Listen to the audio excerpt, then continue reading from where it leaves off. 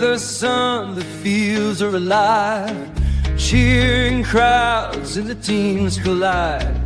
In these moments, we stand tall and free.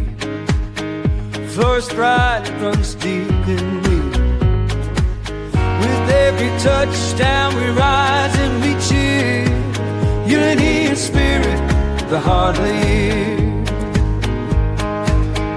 Raise your voices, let's make it loud. In Florida's high schools, we're so damn proud. From the bleachers to the end zone to go, football and cheers make our spirits grow.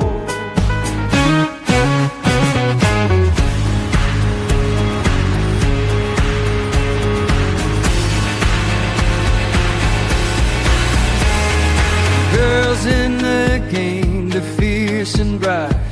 Flag in hand, they give it their might. From every town they bring their dreams. On this field of gold, nothing's as it seems. Together we shine, together we play. In Florida's heart, we own this day. Raise your voices, let's make it loud. In Florida's high schools, we're so damn proud. From the bleachers to the end zones go, football and cheers make our spirits grow. So here's to the game, we'll rise and stand. In Florida's field, we're a united band.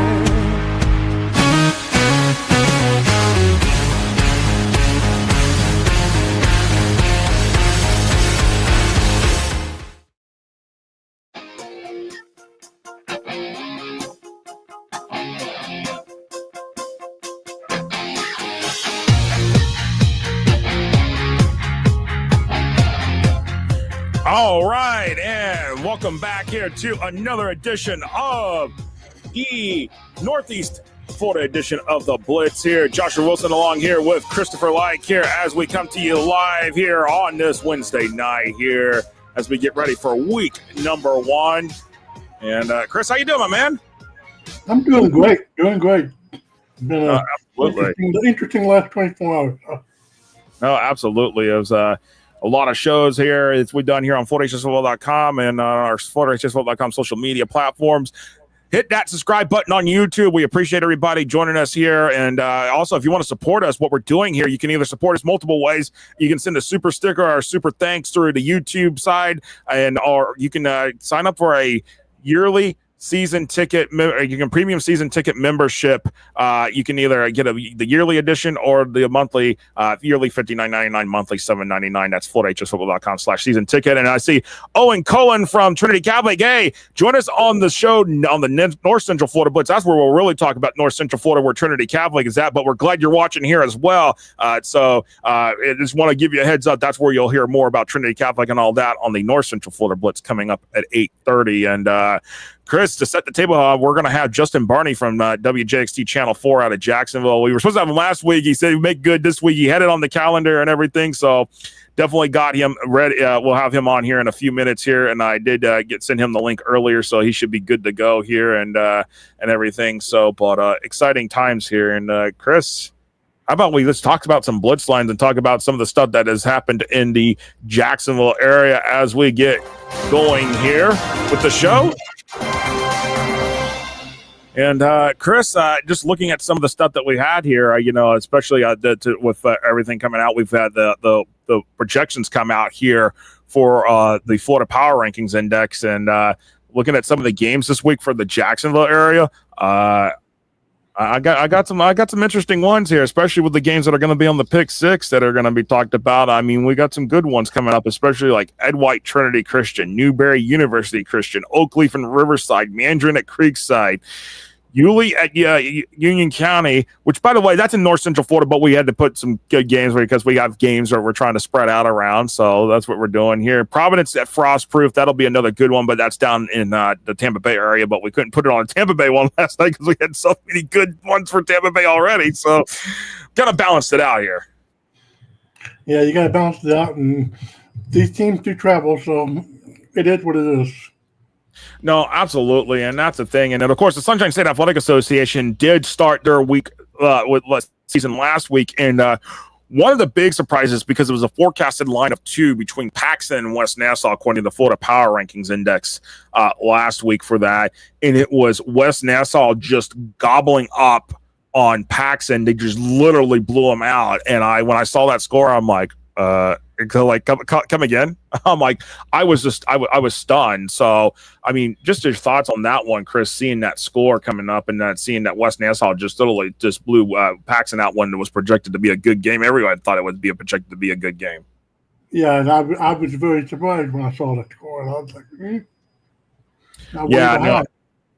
Yeah, it really was. And by the way, Fernandina Beach, I know we said we'll start this next week. We'll kind of preview it here, but helmet stickers, and we'll kind of do that. We'll do a thing. But I got to give a shout out to Fernandina Beach. Beat Mount Dora Christian 19-14 on the road, and they were kind of on the outside rims of that favorability of that game, and but they took care of business on the road, and that is definitely going to be one that's going to be interesting there. And I see Emery Smith, he said that Frostproof Providence game should be interesting. And yes, and that'll be, again, a game that we'll be putting here on the Pick 6 here for the Northeast Florida edition of the Blitz here. And so hopefully we'll be getting ready for Justin Barney here in a few minutes here. But as we roll along here, a couple other scores that really kind of stood out. Umatilla, we should have mentioned in the Central Florida Blitz because this is their region, but they shellacked Stanton. So 53-6. That was a big win there for Umatilla, but Stanton kind of struggling there to get things going. And Bishop Snyder beating Harvest Community 22-14. A couple other games of note, just looking at a couple of things. Old Point Christian blanks Bronson. Eagles View had a lead until late, and then Sarasota Christian came back for the win 18-14. So that really made some interesting waves right here, because there was some chirping in the chat last week from the Eagles View fans thinking that they were going to beat Sarasota Christian. And boy, oh my golly, they about did it. Yeah, big old smack blade. No, I mean, definitely a thing. Someone's like, when are we going to – oh, there's Mark Cannon. When are we going to talk about Middleburg? Not tonight. Not tonight. Not tonight. I think this is bait. I think this is bait for me to talk about the alma mater. They want you to. They want me to. All right. How about this? On the Florida Power Rankings Index, the forecast is 18 over West Side. So there you go. All right. There's my Middleburg plug for the night. We're roll along.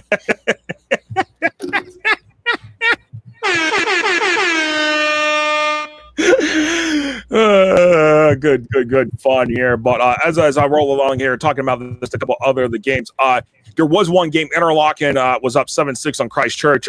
My understanding is that game is going to be made up here, I think September 10th, that they're going to finish that game. It was suspended with about 3 minutes left in the game.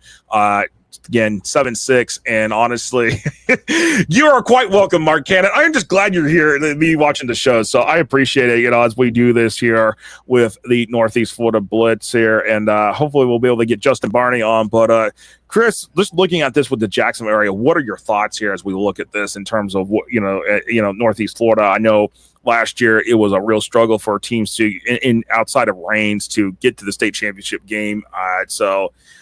What is your take here, just looking at it at an early glance? I mean, I'm more just see how Mandarin does at the top and see how if they can get past that last hurdle and into the state title picture.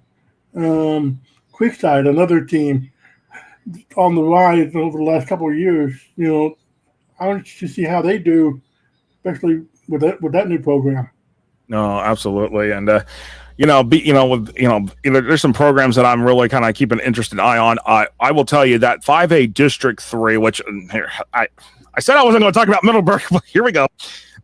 Justin Derry is ready to come on, so we're going to get a break here in a moment, and then we'll bring Justin Barney on for our interview and talk Northeast Florida football, because Justin is a wealth of knowledge in terms of that with the entire Jacksonville market. And but I honestly, that 5A, that District 5A3, that is that's Fleming Island, Beachside, Ponte Vedra, Middleburg, Orange Park. 4 of the 5 teams went to the playoffs last year. Now, when I ran the computer, when I did the calculation with the Florida Power Rankings Index, I will tell you this, it's projecting 3 this year. So but again, we'll see what happens. I mean, at the end of the day, the FHA Power Rankings are going to be what determines who goes to the playoffs. And hopefully this year that the FHA Max Preps Power Rankings and what's on Max Preps will kind of line up more, because before that, the Freeman rankings, which is what powered the Max Preps rankings, were very different than what Max Preps' actual rankings are. But this year it's Max Preps all the way. No more Freeman rankings, I should say. Yeah, the Max Preps have gone away from Cal Preps, which have done their own thing. So, and then you got the Mastery rankings as well, and a couple others out there, like High School Football America. High School Football America as well. No, absolutely. All right. We're going to take a quick 2-minute break, and then we're going to bring Justin Barney on here for the interview here on the Northeast Florida edition of the Blitz. So we appreciate everybody that's watching here on our social media platforms on YouTube, X, and Facebook. We'll be right back right after this.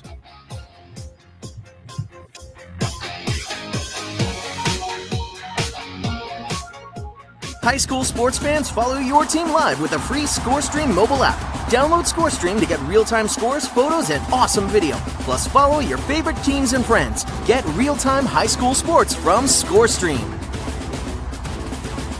Box Out gives you the ability to create graphics at the speed of sports to highlight your athletic department, teams, and student athletes in seconds. Used and trusted by Notre Dame, Ohio State, UConn, Marquette, Georgetown, and many more of the top college brands in the country. If you want your school's brand to stand out through all the clutter, start your free demo at boxoutsports.com.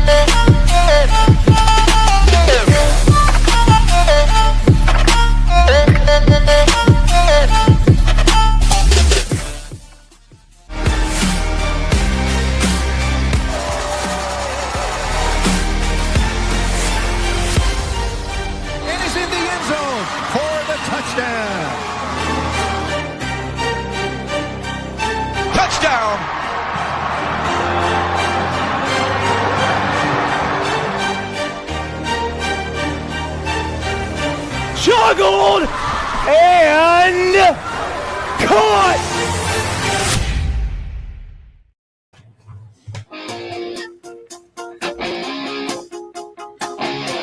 All right, welcome back here to the Northeast Florida Blitz as we bring in Justin Barney from WJXT Channel 4, the local station in Jacksonville.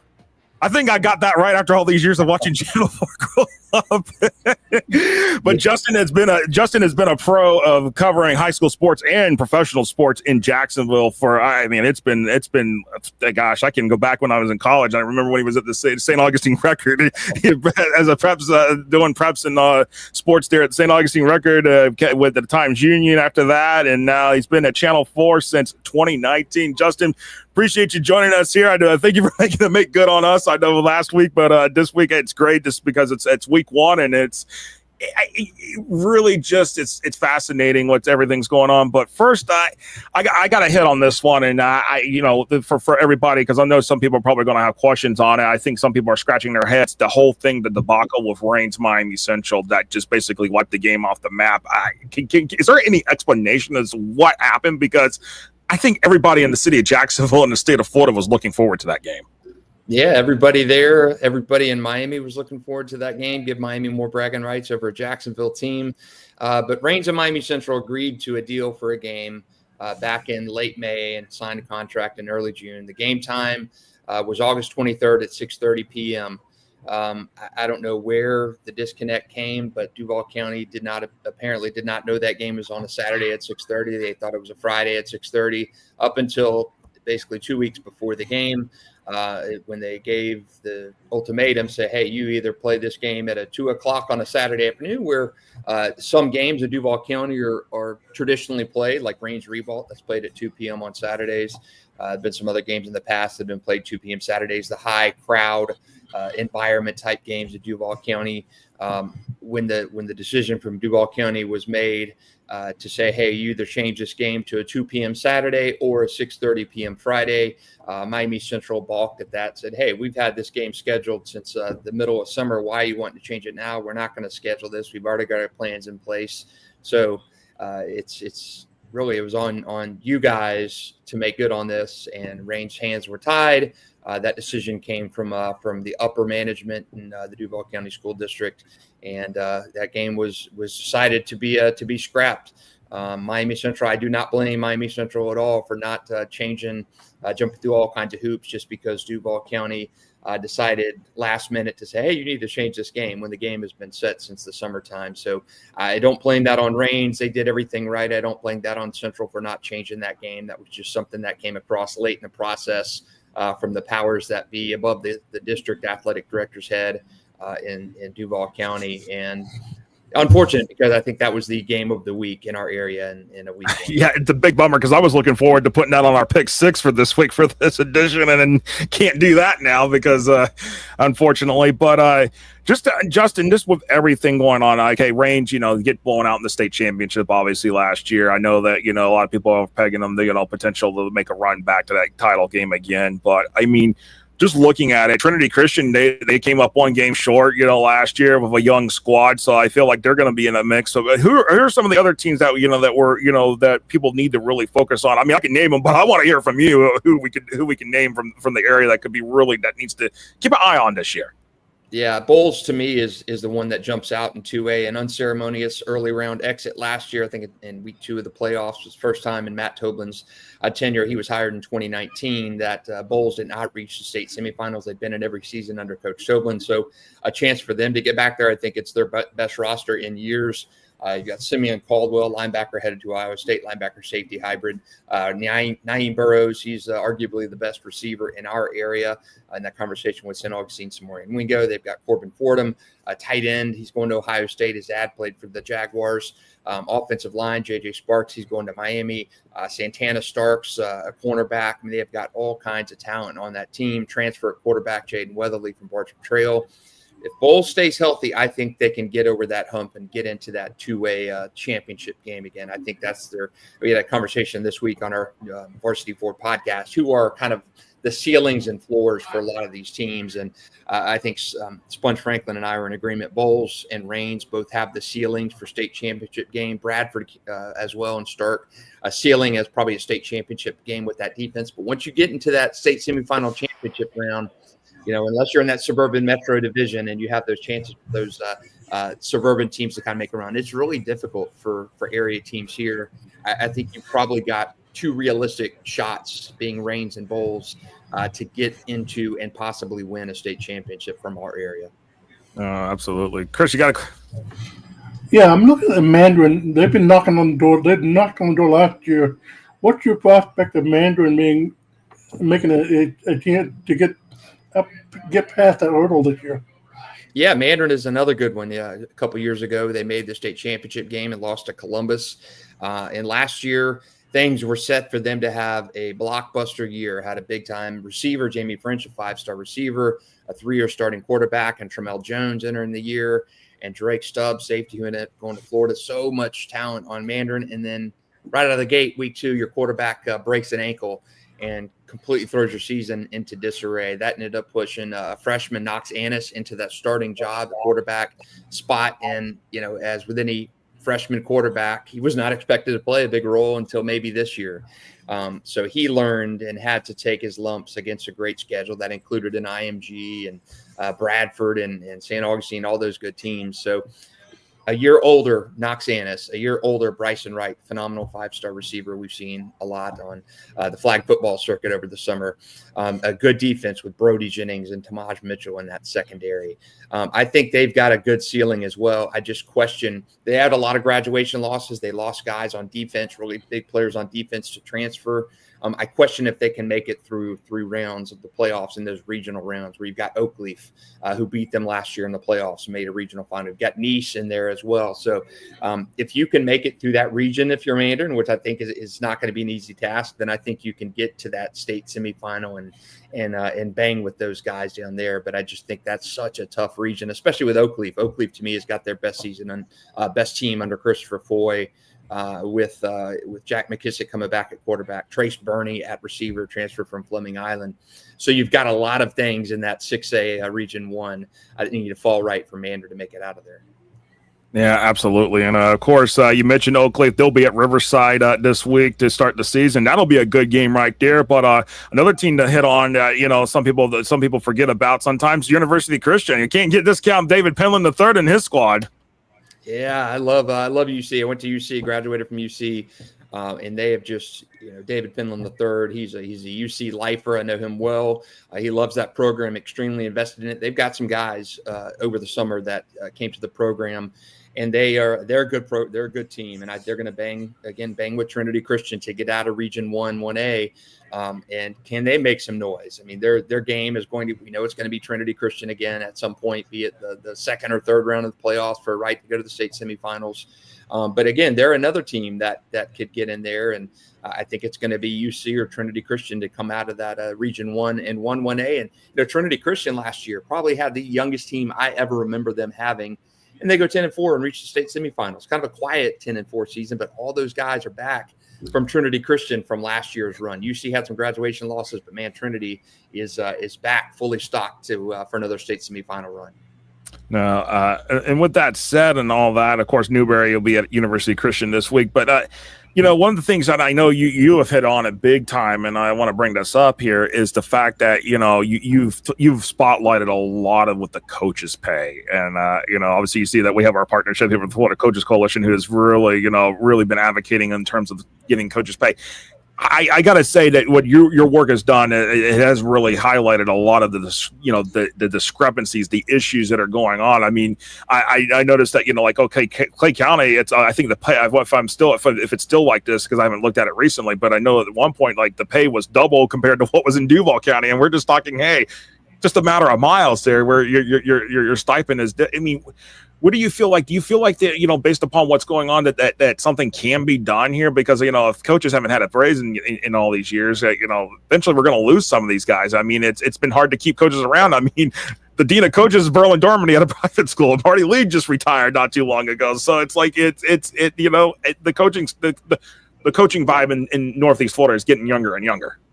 Yeah, frankly, it's embarrassing. And every time I have this conversation, I cannot sound the alarm enough to say what these men and women do, coaches all over the state. It's not just in North Florida. I mean, Duval County has not had a raise since the 90s. Columbia County gave their coaches a raise a couple years ago, but they had not had a raise for quite some time. Union County was one of the lowest in the state until a couple years ago. It's just embarrassing when people really see and know and digest what these men and women make. And you've got to keep sounding the alarm on this. You and I, Josh, can just keep beating this drum because we've been shouting in a void for years. it's just disheartening when you look at, yes, the coaching tenure is getting mighty young because, you're asking men and women to give up their lives 365 days a year in football, in a sense, to have some kind of tentacle with the sport, be it responding to players or workouts or a lot of coaches Duval County don't get paid for the summer months. You guys are on 10-month contracts. If you're a teacher and you're in there in June and July and you're not getting paid, you're there open in the weight room. Some school districts do have 11-month contracts for coaches, but still you're there 1 month free in the summer. A lot of coaching districts, I don't have the numbers in front of me. I think maybe 20 districts in the state pay for something in the playoff, getting to the playoffs and making the playoffs. And I know Duran Wiley a few years ago before he got out of coaching, he said, Justin, it really bothers me at Jacksonville Reigns. It really bothers me that I can go 15-0 and make the same thing as the guy down the street who's going 0-10. And I'm making the same exact thing as him. And essentially I'm losing money because I'm working an additional 5 weeks out of the year, not getting paid anything, while the guy at the other school who's winless And you should celebrate success, but again, you're almost making more money if you're unsuccessful in a sense. So St. Johns County pays. I believe Clay does not pay for coaching guys making the playoffs. So I think the solution for this is going to have to come at the state level. Adam Anderson, representative down, I can't remember what district he represents, but he's kind of championed this with the Florida Coaches Coalition of getting these guys and women more money for what they do. I know Williston was able to hire Robbie Pruitt a few years ago because of something that was put in place by the school districts to pay him more. So I do think if you could kind of eradicate some of these coaching supplements from the jaws of like school negotiating contracts that the union does. Union doesn't have any coach representation on it. So, and these are the people that are deciding what coaches are going to make. So I think if you could eradicate the negotiating tentacles away from coaches and put those more on school districts and give them a little bit more and then have state input, I think that's the way to kind of address some of these shortcomings. And it'd be great to see a school districts like St. Johns County, one of the wealthiest school districts in the state, where people champion to send their kids and pat themselves on the back on what a great district it is. Well, take the reins and say, hey, we want to treat and set an example for our coaches in the state. We're going to pay these guys $15,000 a year, and then maybe other states will follow suit. So I think it's going to take something like that to really knock the dust off some of this and get these men and women paid more what they deserve. No, absolutely. Chris, you got any final thoughts as we go here? I mean, a lot of people are saying preach. Yes, indeed. Both of us have shouted into the void for years on this. So it's we're getting, I feel like maybe we're getting closer to the finish line, but we're just not there just yet. I think it's going to take a couple years, but I do think I went into Tallahassee earlier this year with the Coaches Coalition, Andrew Ramjet and Jeff Gerke and a lot of those guys, Ryan Schneider, and it was interesting being in the room with some of these legislators, and you could really see their faces change when you hear some of the coaches saying, hey, this is what we do. We can't get booster club money. Like up in Georgia, we can't do this, we can't do that. And coaches there saying, hey, I pay money to coach. And to see some of the responses from the legislators, and I get, a lot of people say, pay teachers more first. I get that argument. I totally do. Coaching is separate. Teachers coach. A lot of these teachers are in the classroom. So yeah, a lot of these teachers, a lot of these coaches are full-time teachers, and but coaching is so different. You don't, as a teacher, your job is such and such, and yes, teachers are woefully underpaid as well. But when you're telling me that Duran Wiley at Rains for working 15 weeks of the year is going to make $4,500 for 15 weeks of the regular season, and then how many other 32 other weeks, 35 weeks of the year, and he's making $4,500 and nothing for the playoffs. I mean, that's just, and you expect these guys to stay and work for free. It's in no other job, in no other profession would you be expected to work for free. I don't know. And shut up when you're asking for a raise. It makes no sense. And no other profession, no other field. I think the only other profession that seems like we maybe sometimes have to work for free is journalism some days. That's true. That's a good point. And so I feel the pain. But Chris, you got any final thoughts or questions for Justin before we wrap it up here? The one organization I think that deserves a lot of credit in Jacksonville area is the Jaguars. Talk about their commitment to the high schools in the community and what they've done over the years with the high schools. When I was working in Jacksonville with the Times Union, and even before that in St. Augustine, one of the big complaints from coaches, from athletic directors at the time was, hey, we reached out to the Jaguars and, they gave us $100 grant or something like that. But there was this void that it was really felt in the area for years and years and years, that the Jaguars, being kind of the big prize entity of the NFL, really kind of did their own thing when it came to high school stuff. They had an impact. They had a footprint, but they did not do much at all with it. In the last 10 years, that's really changed. The Jaguars franchise has really made a lot of inroads. I think they saw the need for it, especially in Duval County. With the 17 high schools here, I think they've done a great job partnering with the sports medicine program and getting athletic trainers in all these schools. that other counties had. So I do think Jacksonville, the Jaguars franchise, heard those cries and maybe saw there was a massive need and they could do more. And I think, as the years have gone by, as Sean Kahn has owned the team, they've really done, a 180 pivot. And I do think that there's not a school that in our area that hasn't been touched in some way by Jacksonville, whether it's, Parker being, Parker's field house was broken into and ransacked by vandals over the summer and stole all their helmets and jerseys and stuff. And the Jaguars just donated new helmets and stuff to them last month. So things like that. There wasn't a lot of that before, and there is now with the Jaguars. They, be it flag football events, they've done a phenomenal job in kind of hearing that need, that void that was there that for a long time, and really kind of hitting it out of the park. No, absolutely. And Justin, what Adriel Rocco has been doing there, especially the last few years, it's been great, and definitely good question there, Chris. And appreciate you, Justin, for being able to take us some time here, and definitely follow Justin's reports on News4Jax.com, especially on the Friday night. It's the Friday Night Blitz, I think, or Friday night. What do you call y'all's Friday? It's what do y'all call it? I can't even remember. We got something. We got something new starting this year. So Ryan, Ryan, we did a game of the week last year, so we're still doing somewhat of a game of the week, but we're not streaming it fully. We're going to do like almost a red zone, quasi red zone thing. Ryan and I will be on there from 7 to 9 on News4Jax Plus and YouTube, streaming our stuff, kind of reacting in games as things going on. We'll have some recruiting segments, bring in some coaches, drop in on our game of the week out there and give live look in for that. So from 7 to 9, and then we'll have our Varsity 4 highlight show from 10:30 to 11. And our Sports4Jax Instagram has been going off the chain lately. So make sure if you're not following on there to give us a follow at Sports4Jax. No, absolutely. Appreciate it, Justin. Thank you so much. We'll have you back on at some point during the season here, and keep up the great work. And definitely looking forward to seeing what happens in Jacksonville this year. So take care, Josh. Thanks for having me, man. All right, take care. All right.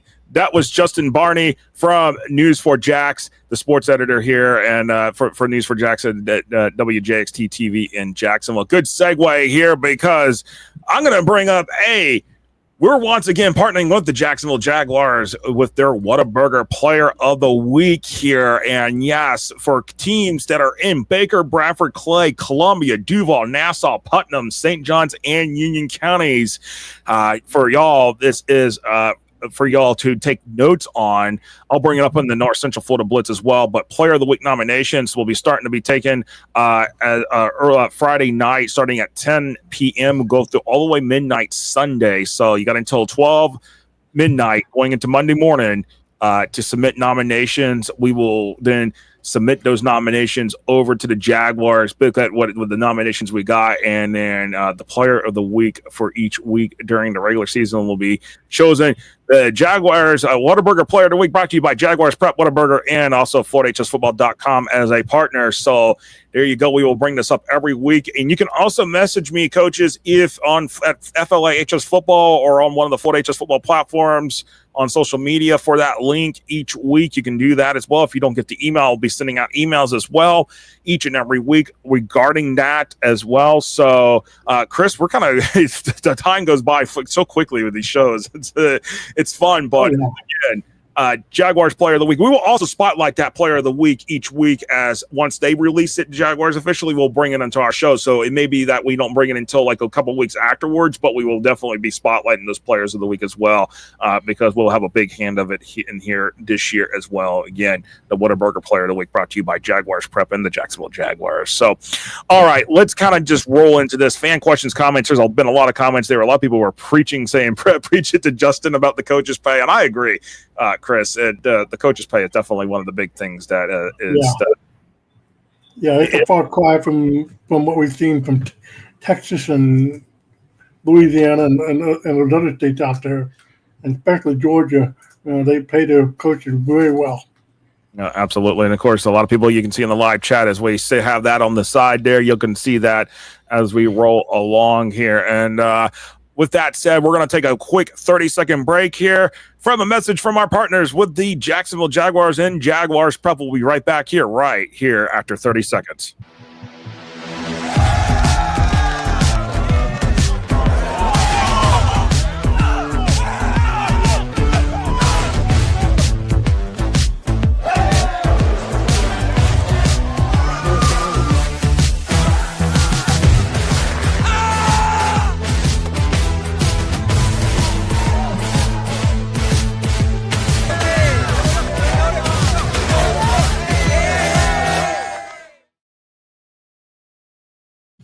That's right. Visit jaguars.com/prep, and that's where a lot of stuff you'll see with Jaguars Prep during the 2025 high school football season. Not just player of the week, but coach of the week, and as well as information on the Jacksonville Jaguars and Jaguars Prep game of the week. So we'll be also sharing that here along as well on our social media handles during this 2025 high school football season, especially in coordination with our stuff here in the Northeast Florida edition of the Blitz. And you know what time it is, Chris? Blitz time. It is time for some picks. And we got 6 games on the pick'ems for this week here in Northeast Florida. Why don't we just get right into it? How about it? Providence at Frostproof, our first game up on the docket here, Chris. And what are your takes on this game as I bring up the forecast here from the Florida Power Rankings Index? Yeah, I like this game. This is a very interesting game. I like Frostproof to win. No, I like Providence. I like what Mo Williams does there at Providence, but I also like what Frostproof does. And it's going to be a close game, as you see here on the forecasted line. Frostproof in the Sunshine State Athletic Association's Atlantic League. They are a 9-point favorite over Providence here in this one here, and I'm going to roll with Frostproof as well. And again, I will not be surprised, if Providence comes out with a win here. They do have a 21% chance of win, according to the win probability. Again, that's part of the premium season ticket package you can get on FloorHSFootball.com/season ticket. All right, as we roll along here to our second game here, Yulee at Union County to start off the season. The Battle of the Hornets and Tigers out in rural Lake Butler, and Union County new head coach in Lamar Waters this year. Of course, Kyle Daughtry is still in the command there at Yulee. Yulee looking to get in the playoffs again here this year, but Union County, there was some topsy-turvy moments, wondering about what was going to happen in Union County, but things have kind of settled down there, and it looks like Union County might be on project for another solid season once more. The person that head coach has changed, but not a lot of other stuff has changed, it seems like, maybe. Yeah, I don't think Union County's going to miss a beat at all. Usually it's a good program, but I think Union County is going to roll over Yulee, and it's not even be close. No, I think so too. Union County a 27-point favorite over Yulee. Union County in that rural classification. Union County, 98% chance to win that game here, according to the Florida Power Rankings Index. All right, let's roll into our third game here. Mandarin at Creekside. Creekside, really tough schedule this year. I mean, tough schedule to the point that the Florida Power Rankings Index thinks that it's probably going to be a losing season for them, but that's all I can give, because do you want to see more? Yeah, go to the website. We'll have all that, but this game's going to be tough. This is a big, tough game for Creekside for the Knights. You got Mandarin. Obviously, you heard Justin Barney talk about it. Chris, what are you thinking here with this one? Creekside's a very good program, but I think they're going to bite off a little bit more than they can chew this year. But I think Mandarin, they're going to be a solid program, and that they should coach pretty easily. Yeah, I'm thinking Mandarin's going to win this game here as we bring up the forecast here. Mandarin 11 over Creekside, giving Mandarin an 84% chance to win this game. Creekside 16% here on this one. Hollywood Big B says it's all about Mandarin U. So I'm trying to refer to Mandarin University. I like it, but Emery Smith said he took Union County over Yulee as we go through the chat here, but I'm taking Mandarin in this one. All right, so me and you are picking on this next game only. Reno is out on this one. That is this is the fifth game. This game, actually, we have Oakleaf at Riverside here on this one. We are all picking on this one. So Oakleaf at Riverside. We heard Justin talk about Oakleaf. Riverside, another good team in the Jacksonville area. Boy, this one's going to be tough, and I think the forecast for some people, I'm thinking maybe thought it could be a surprise. I think a lot of people thought this game would be, in terms of the forecast, would be much closer, but here we are. Oakleaf 14 over Riverside for this one. Win probability giving Oakleaf an 89% chance to win this game. So, but I feel like this 14 might be a little misleading. I feel like this might be like anywhere from a 3 to a 7 point swing here. That's how close I think it'll be. Yeah, I'm with you on that one, John. It's a game that's probably going to come down to the wire. I think Oakley should pull off the victory, but barely. But yeah, that's what I think too. I think Oak Leaf it's gonna pull off barely. You heard him talk about Christopher Floyd, the head coach there at Oak Leaf. Obviously, Riverside's got some studs as well. So again, I feel like it's just gonna be close. It's in the backyard. That's a 6:30 kickoff on Friday. All right, this game, this me and you are picking on. Reno is out on this one. That is Newberry at University Christian, and Newberry, I feel like they're in the driver's seat this year again for another district title. University Christian as well.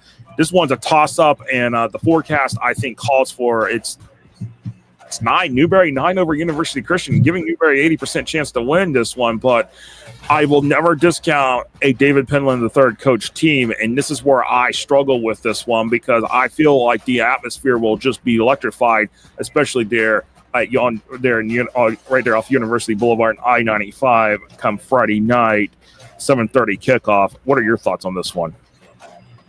I like Newberry to win this game, but University Christian, I wouldn't be surprised if they blew out Newberry. Really? Why? Why do you say that? Why do you feel that? It's just one of those things. One of those punches.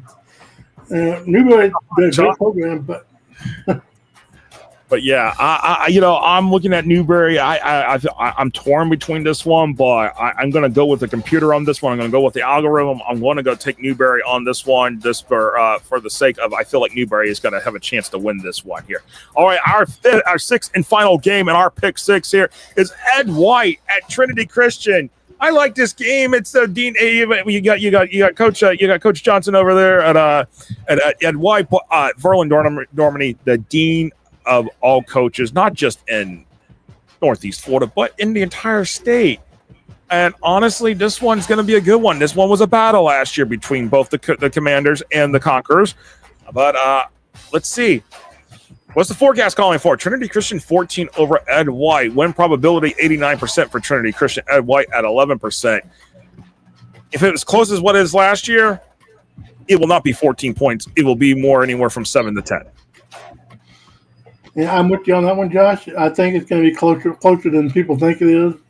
But Trinity Christian should prevail in this game pretty easily. Yeah, I think Trinity Christian will win this one too, as well. I honestly, it's just the squad is going to be another year older. They got to the state semifinals. I feel like Ed White's strength of schedule. People do hype it up. Yes, they do have some tough games, but I don't think it's as tough as people want to look at it, with the OSI on the Florida Power Rankings Index confirming that particular part of it. But with that said, we are out of time here for the Northeast Florida edition of the Blitz. Chris, any quick final thoughts before we get into our North Central Florida edition? This is going to be a fantastic season for those people in Northeast Florida. Looking forward to it.